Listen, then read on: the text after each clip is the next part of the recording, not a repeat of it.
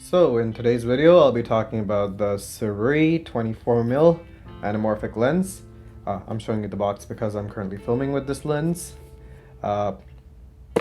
If you're a regular viewer of this channel, you probably have seen a lot of footage in the past month and a half with the Pocket Original, Pocket 4K, and GH5. Normally, I usually do a review or make a video talking about the product, but this time it's the opposite simply because I didn't have enough time.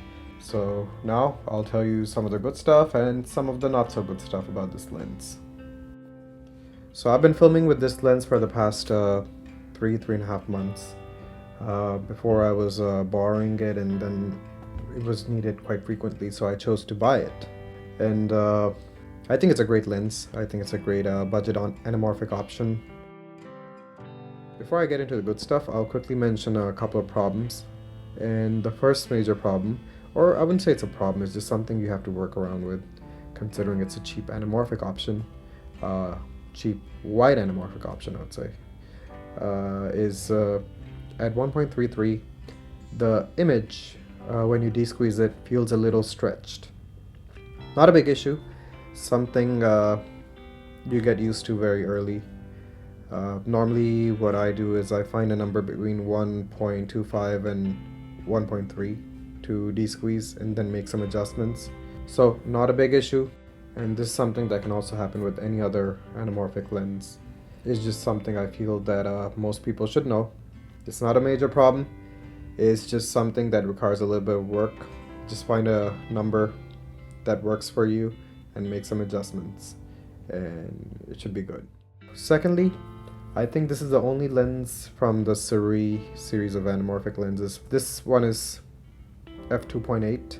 So I'm mentioning this point simply because I know most of the people that watch this channel are Pocket Original users. The other lenses are 1.8, so of course it'll perform a little better in low light than this one, but this is not too bad. This is still pretty good. You get good results. Again, you're getting a 24mm anamorphic lens for $1,000. If you find it used, it's going to be cheaper, so you can't ask for more. So not a big problem. Another quick point, which also I noticed specifically with the 24mm, not a problem with the other lenses, is the ovals. The background ovals are not as oval. They're oval, but compared to the 50 and 35, I feel they're a little more round, if it makes any sense. But anyways, they're still oval, just not as oval. These are a few things that I feel that when you buy anamorphic lens you expect to get. You're getting it, but maybe there are some adjustments that you have to make. So now I will get into the good stuff about this lens. And the first thing I would say is the price. It is a 24mm anamorphic lens. It's a wide anamorphic lens for $1,000, and I can't really think of any other option except for this one that costs so less. The closest option I would think of would cost at least a couple thousand more, unless you find something on sale, super good sale, that would be cheap. So the price for what it can do is pretty good. And then the build quality, of course. All the Sirui lenses I have used, 50, 35, and this one, they're all pretty well built lenses. They feel good, very easy to use. This one specifically, I feel the focus ring is very, very smooth. It's probably one of the smoothest budget lens focus ring. The aperture ring is a bit less smoother than the focus ring. Again, not really a problem. So now I'll talk about my overall experience, because I've been using this lens for the past 3.5 months or 3 months, and overall very pleased. I shot during the day, I shot at night, I shot indoors, outdoors. Just the only little issue initially I was having was the de-squeeze problem. Footage looked a little stretched, but like I said, not a big issue.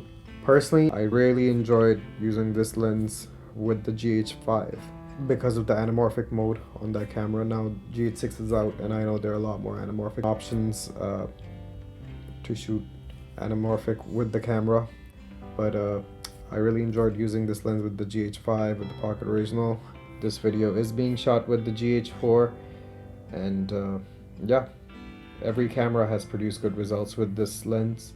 So in my opinion, I would say again this is one of the best budget anamorphic wide anamorphic lens.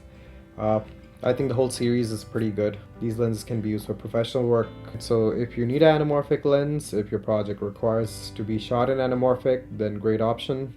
Most important thing I would say is that if there's a need and you can afford it, because don't just go buy an anamorphic lens because someone is saying it's a good lens.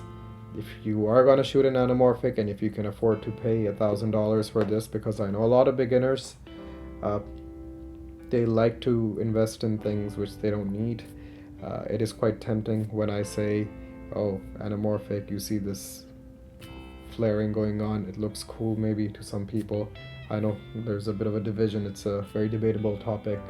Some people like flares, some people don't like flares. If you have the budget, if you need it, then definitely great option. Not just this one, even 35 and 50, great options.